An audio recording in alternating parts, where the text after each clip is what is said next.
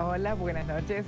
Bienvenidos a Azul Noticias. Pasamos rápidamente a los temas más importantes del día. La sombra de Ramallo. 4 delincuentes se escaparon de una comisaría de Lomas de Zamora, mataron a un automovilista e ingresaron a una vivienda en Temperley, tomando a un matrimonio, sus 6 hijos y un policía como rehenes. Los muchachos lo que quieren es la libertad. Y me tienen de rehén a mí y a un policía que está herido ahí. Tienen las pelotas muy bien puestas, quieren la libertad. Después de más de 4 horas de negociaciones, el grupo Halcón, el mismo que actuó en Ramallo, tomó por asalto el lugar y tras un tiroteo capturó a los asaltantes. Sin embargo, el dueño de casa resultó gravemente herido y aún no está claro si fue por las balas de los delincuentes o de los policías. Gabriela, ¿puedo correr un cachito, por favor? Permiso. Permiso. Bueno, arriba.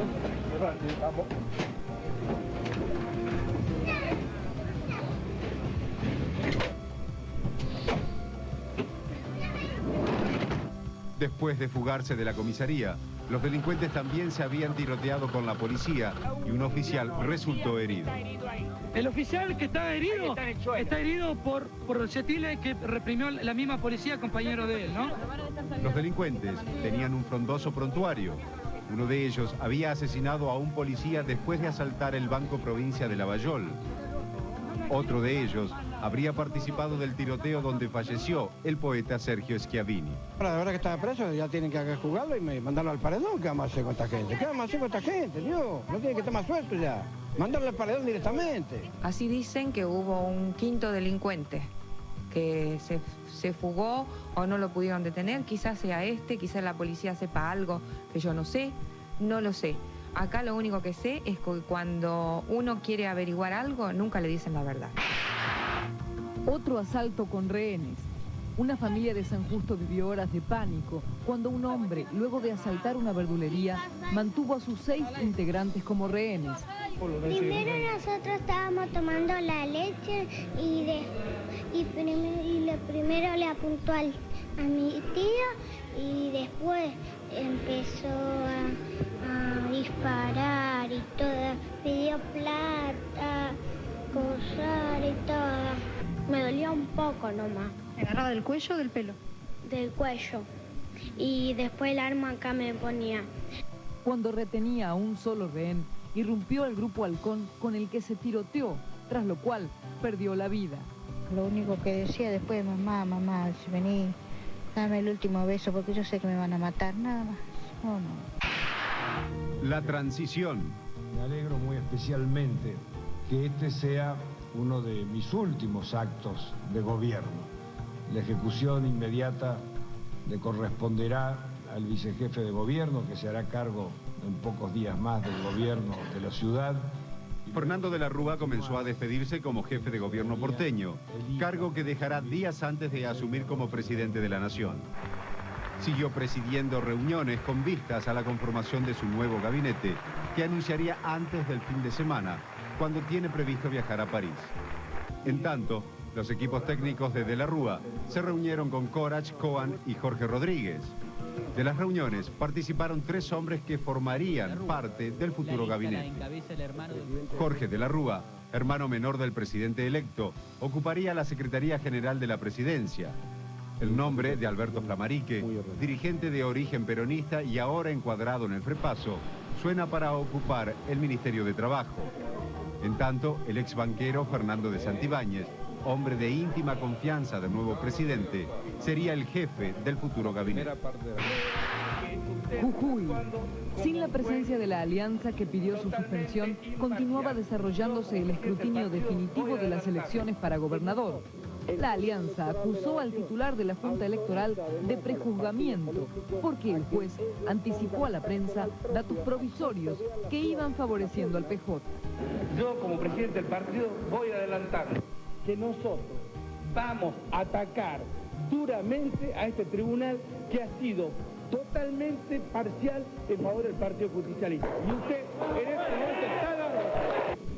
Esto es una impugnación que nosotros entendemos absolutamente inconsistente. Volvió de la muerte. Continúa recuperándose el jugador de Huracán Diego Grayev, quien chocó con un jugador de Banfield y sufrió un paro cardiorrespiratorio durante 2 largos minutos. Fue milagrosamente salvado por el médico del plantel, puesto que la ambulancia no pudo ingresar a la cancha debido a que las puertas de entrada eran muy angostas. Y la jugada donde me golpeó yo no recuerdo nada, yo la vi por televisión después, vi algunas fotos por diario y no lo podía creer. Yo después de 45 minutos me despierto acá en la clínica viendo luces en el techo y bueno, y ahí los médicos me explicaron lo que pasaba porque yo no entendía nada. ¿Qué fue lo primero que dijiste o lo primero que preguntaste cuando volviste en sí? Y sí, se lo pregunté a mi hermano, le dije cómo salimos, lo miré bueno, inconsciente, porque en vez de preguntar.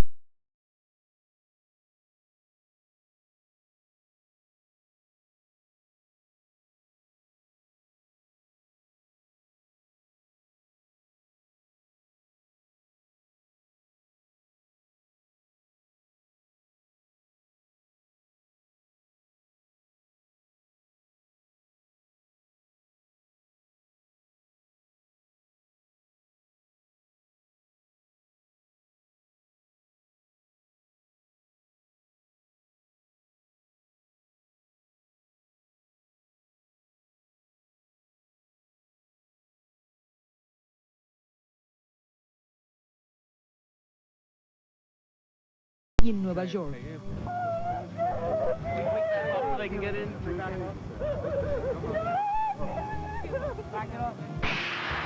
Bajo el agua. En Córdoba, una mujer murió y cientos de personas fueron evacuadas como consecuencia de las fuertes tormentas que azotaron a la provincia durante los últimos días. Debido al desborde del dique San Roque, cuyas compuertas no pudieron ser abiertas por encontrarse trabadas, la ciudad de Villa Carlos Paz quedó bajo el agua. Elecciones charrúas. En Uruguay crece la expectativa frente al balotaje de los comicios presidenciales, que se realizará el próximo 28 de noviembre. En la primera vuelta, Tabaré Vázquez, candidato de la coalición de centro-izquierda, Frente Amplio, obtuvo el 38,5% de los votos y competirá en el balotaje con el representante oficialista Jorge Valle, del Partido Colorado, que quedó en el segundo lugar con el 31%. Aún se desconoce la actitud que adoptará en el balotaje el Partido Nacional, cuyo candidato, Luis Lacalle, entró tercero con el 21,5% de los votos. Heroína. En Mendoza, una chica sordomuda de 12 años murió luego de salvar a uno de sus 7 hermanitos que había caído a las aguas de un canal. Los familiares de Noelia, que fueron quienes encontraron el cuerpo, denuncian la falta de colaboración de los bomberos. Ahí parado y me agarró y se le dio el piecito, nomás le explotaba el piecito, le alcanzaba los dedos. Y ahí, bueno, ahí le grité a todo y ahí la agarramos y la sacamos con mi tío. Acá nosotros hemos revuelto basura, lo hemos metido al canal, hemos andado arriesgando que nos pase también algo a nosotros, pero todo para encontrarla a ella. Los bomberos no lo hicieron, nosotros sí lo vamos a hacer para demostrarle que nosotros de ellos, si ellos no tienen sentimiento, nosotros sí tenemos sentimiento. Microstruchos. Fueron secuestradas unas 50 unidades que cubren de manera ilegal el trayecto entre Plaza Constitución y Florencio Varela. El procedimiento cumplió con una orden judicial, por la cual fueron demorados todos los choferes de los micros. Y la diferencia que había entre un transporte, por ejemplo, de Constitución hasta Florencio Varela, de 1 peso a 1 peso 35 que cobra un colectivo común. Así que hay 35 centavos de diferencia. Así que este colectivo lo toma gente muy humilde. No tienen seguro, así que si tienen un accidente esta gente queda totalmente desamparada. Candidato accidentado. El aspirante favorito a la candidatura presidencial norteamericana por el Partido Republicano, George Bush hijo, sufrió heridas leves y contusiones tras caerse cuando intentaba esquivar a un camión que estuvo a punto de atropellarlo. El gobernador de Texas realizaba sus diarios ejercicios de jogging cuando se produjo el accidente. Fuentes cercanas a Bush aseguraron que su estado es bueno y que solo sufrió raspones y golpes, producto de objetos que cayeron del rodado cuando su conductor perdió el control. Torneo Apertura. Cerrando la 12ª fecha, Unión le ganó 3-1 a Gimnasia y Esgrima de Jujuy. A los 10 minutos de la primera etapa, Silvera puso en ventaja a los santafesinos. En la segunda etapa, a los 33 minutos, nuevamente Silvera aumentó para los visitantes. Cuando solo faltaba 1 minuto, Romano anotó para los jujeños y nació la esperanza para los locales.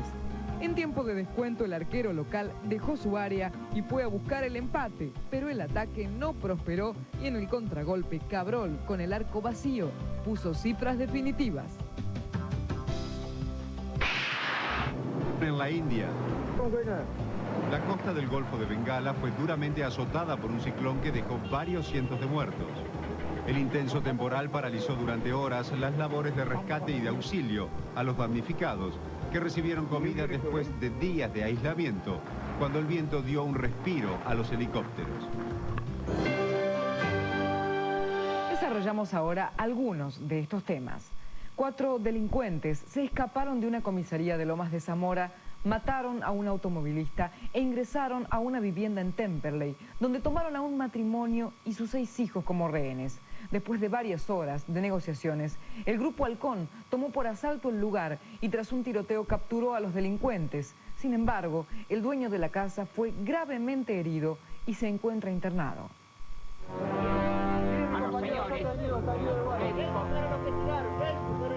¿Esos fueron los que tiraron? Mire, fíjate ahí. Dame un cigarro, hermano.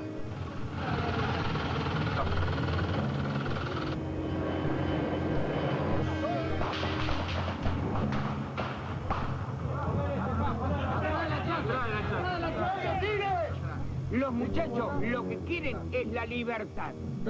Y me tienen de rehén a mí y a un policía que está herido ahí. Tienen las pelotas muy bien puestas, quieren la libertad.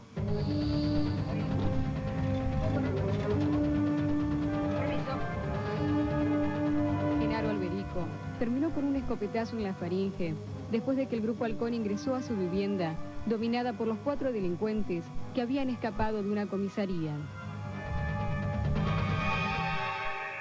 Me hieren a mí en la cara, en el cuello, a González también, lo lesionan, se dan a la fuga disparando a mansalva, a cualquier lado.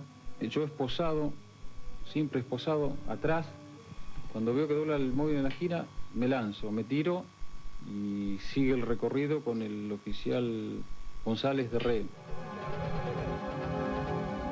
Durante el escape y la persecución, matan de un disparo en la frente a un contador que viajaba en su auto junto a su madre. Él estaba llevando a la madre hacia la casa y bueno, y se cruzó en medio aparentemente del tiroteo, con lo cual no sabemos si el disparo fue de la policía, ¿No van a dejar salir al oficial que está mal herido? Ellos lo que están pidiendo es la libertad y los señores lo saben. Entonces, si están perdidos, ellos están jugados. Y yo estoy jugado también.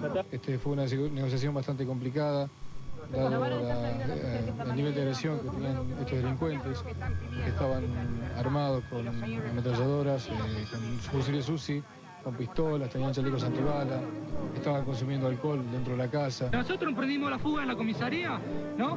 En la cual la policía reprimió, ¿no? El oficial que está herido por proyectiles que reprimió la misma policía, compañero de él, ¿no? Sí. Oficial. Está consciente. Llegó un momento que la negociación se estancó y se recomendó un asalto táctico.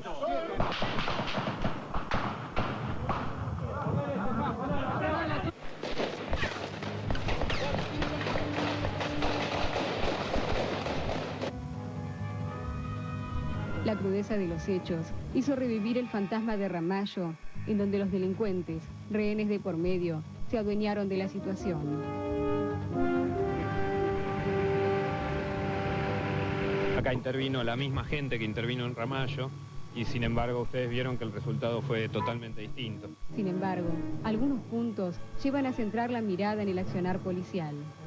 Hay más de 63 disparos en el móvil en el que huyeron, pero ningún delincuente resultó herido en ese momento. Y cuando el Grupo Halcón copó la vivienda, solo le causó heridas leves a los ladrones.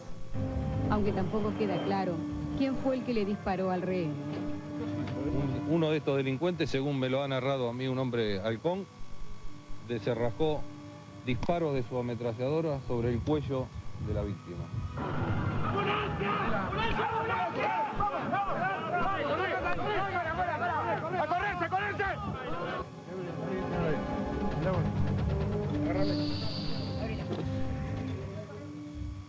Seguimos contando víctimas inocentes y la inseguridad sigue siendo un problema sin respuesta. Cambiamos de tema, ahora continúan las reuniones entre los miembros del Gobierno Nacional y los hombres de confianza de Fernando de la Rúa. Algunos de ellos podrán conformar el futuro gabinete. La transición comenzó a recorrer los pasillos de la Casa Rosada. El jefe de gabinete, el ministro del Interior y el secretario general de la Presidencia recibieron a 3 hombres que suenan como futuros miembros del gabinete de Fernando de la Rúa. La lista la encabeza el hermano del presidente electo. Jorge de la Rúa se encarga de diseñar la estructura de ministerios que tendrá el futuro gabinete. Realizó el mismo trabajo cuando Eduardo Angelós fue gobernador de la provincia de Córdoba. Actualmente es abogado y profesor universitario. Jorge de la Rúa sería el próximo secretario general de la Presidencia, aunque lo niegue públicamente. Quiero aclarar, yo no soy el encargado de hacer la nueva estructura, sino que presto colaboración al presidente electo respecto de, sobre todo de la división grande de las distintas estructuras ministeriales, tema que está a su decisión y que pienso que en el curso de esta semana se va a tomar. Otro firme candidato a ocupar un despacho en la Casa Rosada es Fernando de Santibáñez. Amigo íntimo del presidente electo desde hace muchos años, tiene una larga trayectoria en la banca privada. Fue presidente del Banco de Crédito Argentino y tiene fluidos contactos con inversores extranjeros. De Santibáñez siempre asesoró a de la Rúa e incluso le escribía los discursos cuando era candidato y tenía que hablar ante un auditorio de banqueros. Si bien no quiere ocupar un cargo, de la Rúa lo quiere como jefe de gabinete. Este ministeriable también prefiere la prudencia. No ha habido ningún ofrecimiento, sino simplemente lo que hubo es una designación para encabezar este equipo de transición para evitar costos que puedan ser evitados en la transición. El tercer candidato a ministro es Alberto Flammarique. Participó de la diáspora peronista encabezada por Octavio Bordón en 1995, que terminó en la conformación del Frepaso. Cuando su líder rompió con Chacho Álvarez, Flammarique dio la primera muestra de su olfato político. Se quedó en el frente y al poco tiempo se transformó en el principal operador de Chacho Álvarez. Esa relación le valió una banca en la legislatura porteña. Aunque pretendía el Ministerio del Interior, su nombre suena para ser ministro de Trabajo. Estamos en un proceso, una transición muy ordenada, una transición de mucha colaboración por parte del gobierno saliente. Nos están suministrando toda la información acerca del estado de las áreas, cuál es la ejecución presupuestaria y cuáles son los principales problemas. Los evaluaremos, seguiremos teniendo reuniones y ya una vez que el doctor Fernando de la Rúa, el presidente electo, designe los responsables de cada uno de los ministerios, se seguirá avanzando en el proceso de transición. El Colegio de Árbitros citó para este martes a Oscar Sequeira por su polémica actuación en el partido que River le ganó a Newell's 2-0. Después de este encuentro, nuevamente reflotó la polémica sobre el supuesto favoritismo de algunos árbitros por los llamados equipos grandes.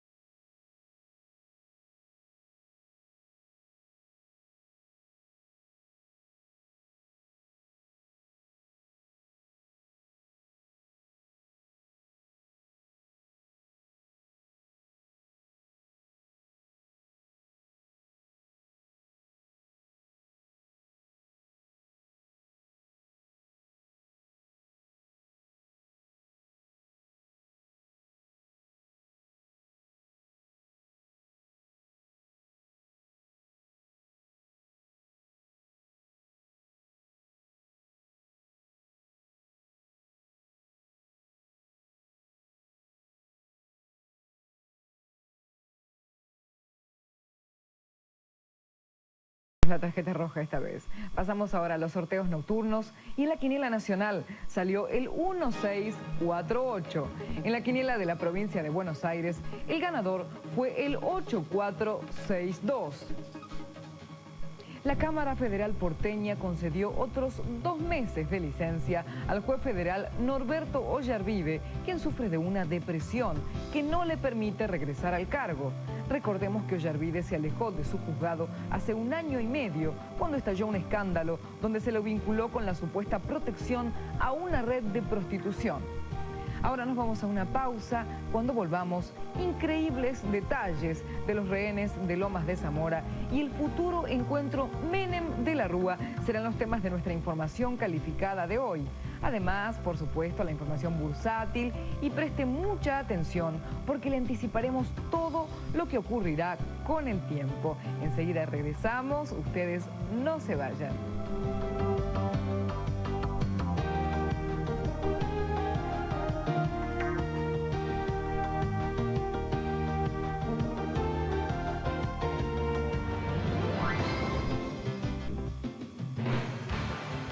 En la toma de rehenes de Lomas de Zamora ocurrieron 2 hechos sorprendentes. El Grupo Halcón estaba integrado por 23 efectivos, pero solo tenían 9 armas largas.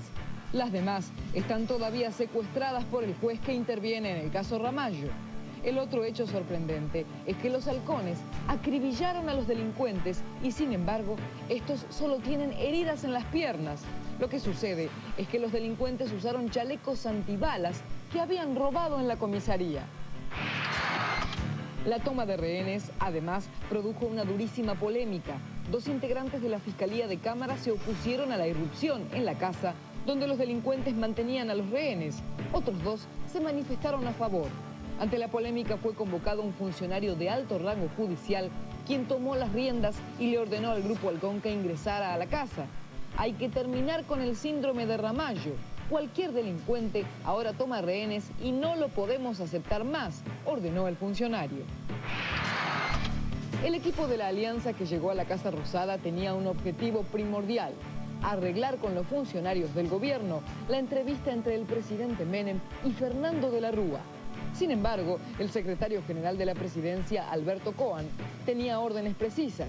La cumbre Menem de la Rúa debe surgir de un diálogo telefónico personal entre el presidente que se va y el que asume.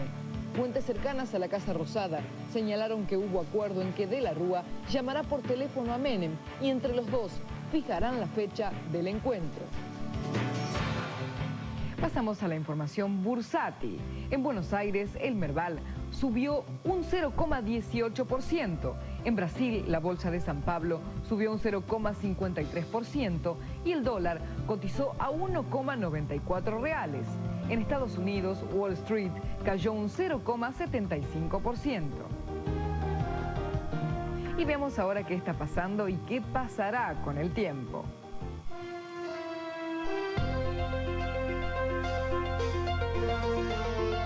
En el noroeste, cielo parcialmente nublado, el litoral inestable con algunas tormentas. Una zona de baja presión ubicada en el sur de Córdoba provoca tiempo ventoso con lluvias intermitentes y afecta también las provincias de La Pampa y Buenos Aires con lluvias de variada intensidad. La Patagonia norte y centro están con cielo cubierto y algunas lluvias en la región cordillerana. En Capital Federal, cielo cubierto. Se prevén algunas lloviznas en la madrugada con tiempo muy ventoso.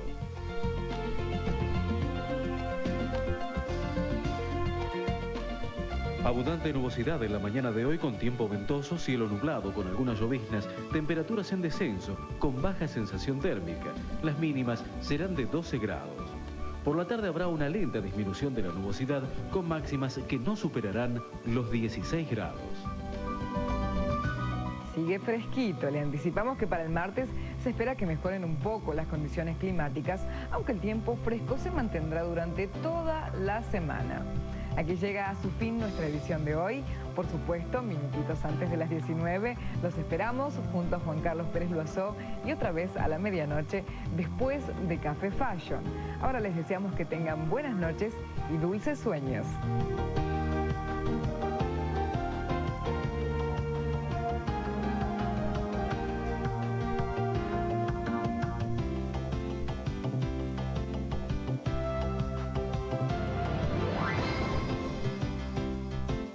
Desde Buenos Aires, transmite Azul Televisión. LS83 TV Canal 9.